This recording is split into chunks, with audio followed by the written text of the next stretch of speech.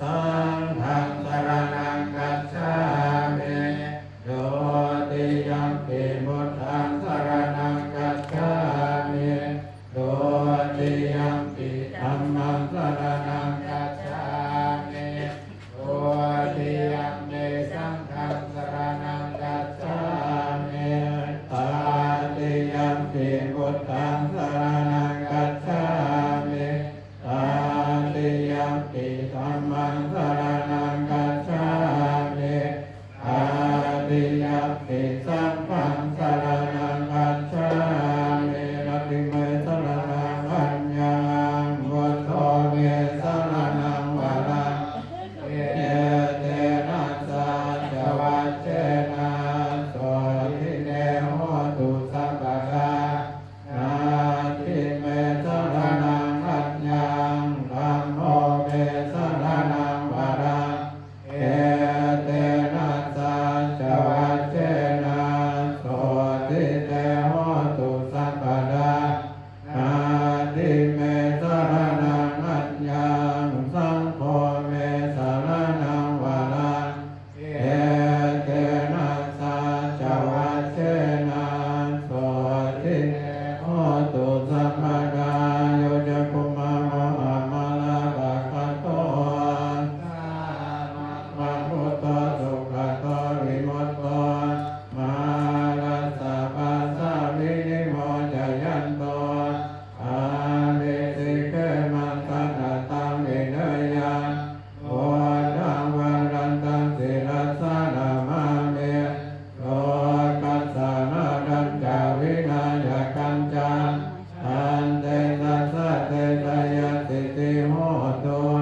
ทางกันตรายะจาวินาศมินโตอังโมทัสโสโยวิยันตัสสะสัตโตเตสิโลกัสสะวิสุทธิมัคคังเนยานิโกธัมมานารัสสะทาเนทาตาวังโหสันติกะโดสุจินโนอามังวารันตังสิรัสสะนามาเมโมหะปะตานังอุปัสสะตะตังอันเตตัสสะเตตยสิติโหตุอันมันตรายะจาวินาศมินโตตาธัมมเสนาสุขตานุโคโยโอกัสสะภะมุอากิเลสเสตามันโตสยังสันตินิโยตะโคจาสาวาคาตาธรรมังนิริตังกโรเดสังฆังวรันตังสิรัสสะนามาเมโอทานะพุทธังสัมมาทิราติเตอันเตตัสสะเตตยสิติโหตุอาบันตรายะจาวินาศมินโตนะโมนะโตธัมมาสัมพุทธัสสะมะเอสิโนนะโมพุทธังธัมมัสสะสาวกสัสเสวะเตนินานะโมมหาสังฆัสสะเตวิสุทธัสสิราติติโนนะโมโอมาทายารัตตัสสะรัตนัตถยัสสะสัตถุกังนะโมโอมาคติกัสสะทัสสะวันตุตยัสสะเตนะโมปาระอาภาเวนะวิจัชชันตุปัสสวะนะโมปารานุภาเวนะ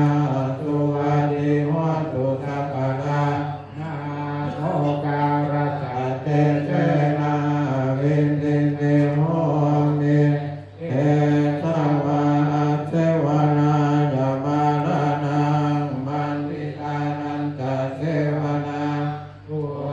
ถะนะปุถะนิยานังเอตัมมังคารมุต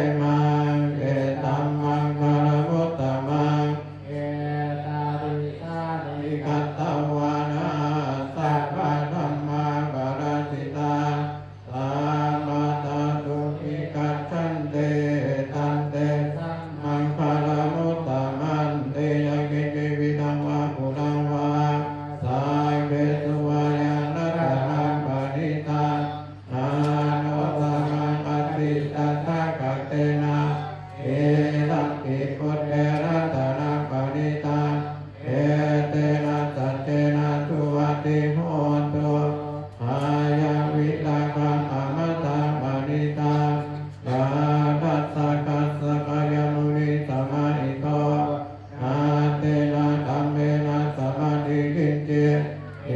นะติธัมเมรัตนังปณิตังเอเตนะสัจเจนะสุวัติโหตุยังมุตันเสโตปริวันดาริสุจิธามาริมันนังนาริกัญญมาโหธามาริมาเตนะโมนาวิสติเอรังเตธัมเมรัตนังปณิตังเอเตนะสัจเจนะสุวัติโหตุเยปุปะนังอัสสตังบามัสสตาจาตานิเอตานิโยคานิหุนเตเตนะขินายันตุปัตตัสสะสวะกาเอเตสุขินานิมหาภารานิเอนะปิสังเกรัตนังปณิตังเอเตนะสัจเจนะสุวัติโหตุเยอเนนามิกามิโนโคตมัสสะสนัมเมเตปฏิปทามัตตังวิคัยหารานามุตานิปุติมุตตมานาเยตัพพิสังเขรัตนังปณิตังเอเตนะสัจเจนะสุวัติโหตุทินังอุรานังนาวันนันติสัมมาวังเอรัตตะเดยะยัสสิเกววัตสมิเอกินาภิจามิลุกิคันดาเอมัสสิทิรายาดายังปะทิโกเอตัมปิสังเกรัตนังปณิตังเอเตนะสัจเจนะสุวัติโหตุอิติปิโสภะคะวะอะระหังสัมมาสัมพุทโธเอชาจารณะสัมปันโนสุขโตโลกวิโตอานุตตโรบุริสารัมมัสสารติสัทธาเทวมนุสสานังพุทโธภะคะวะติสวากขาโตภะคะวะตาธัมโมตันเนนิโกอาการนิโกเอหิปัสสิโกโอมานานิโกปัจจตังเวทิตาโพวิญโยหิติสุปฏิปันโนภะคะวะโตสาวกสังโฆโอจุปฏิปันโนภะคะวะโตสาวกสังโฆญาญาปฏิปันโนภะคะวะโตสาวกสังโฆอามิจิปฏิปันโนภะคะวะโตสาวกสังโฆญาติตังกัตตาริปุริสายุปาริยัตตาปุริสามุขลาเยภะคะวะโตสาวกสังโฆอาหุเนยโยบาหุเนยโยดักขิเนยโยอัญญลิกาลนิโยอานุตตรังบุญญาเขตังโลกัสสา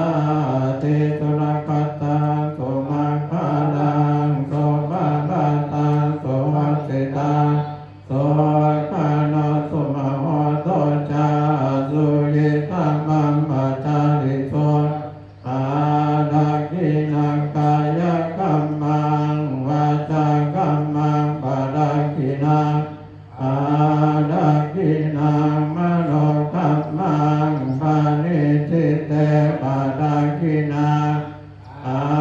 ดักขินานิกัตตวารันตวันตเตปาดักขิเนภวตุสาปมังคาลังอรกันตุสาภะเทวตาอานุภาเวนัสสะนัสสนทิภวันตุเตภาวตุสาภมังคาลังอรกันตุสัพพะเทวตาสัมปะธัมมานุภาเวนัสสะนัสสนทิภวันตุเตภาวตุสาภมังคาลังขันตุสัพพะเทวตาภาสังฆานุภาเวนัสสะนัสโสติภา